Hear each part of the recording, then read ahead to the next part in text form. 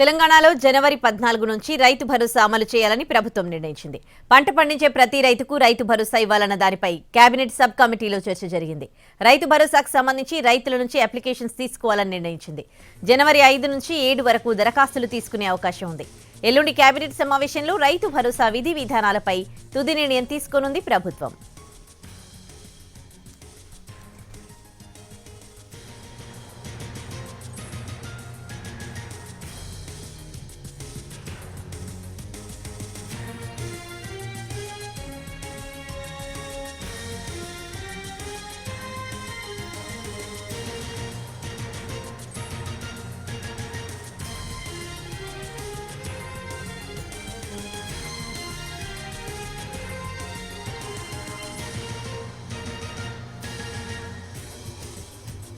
తెలంగాణలో జనవరి 14 నుంచి రైతు భరోసా అమలు చేయాలని ప్రభుత్వం నిర్ణయించింది. పంట పండించే ప్రతి రైతుకు రైతు భరోసా ఇవ్వాలన్న దానిపై కేబినెట్ సబ్ కమిటీలో చర్చ జరిగింది.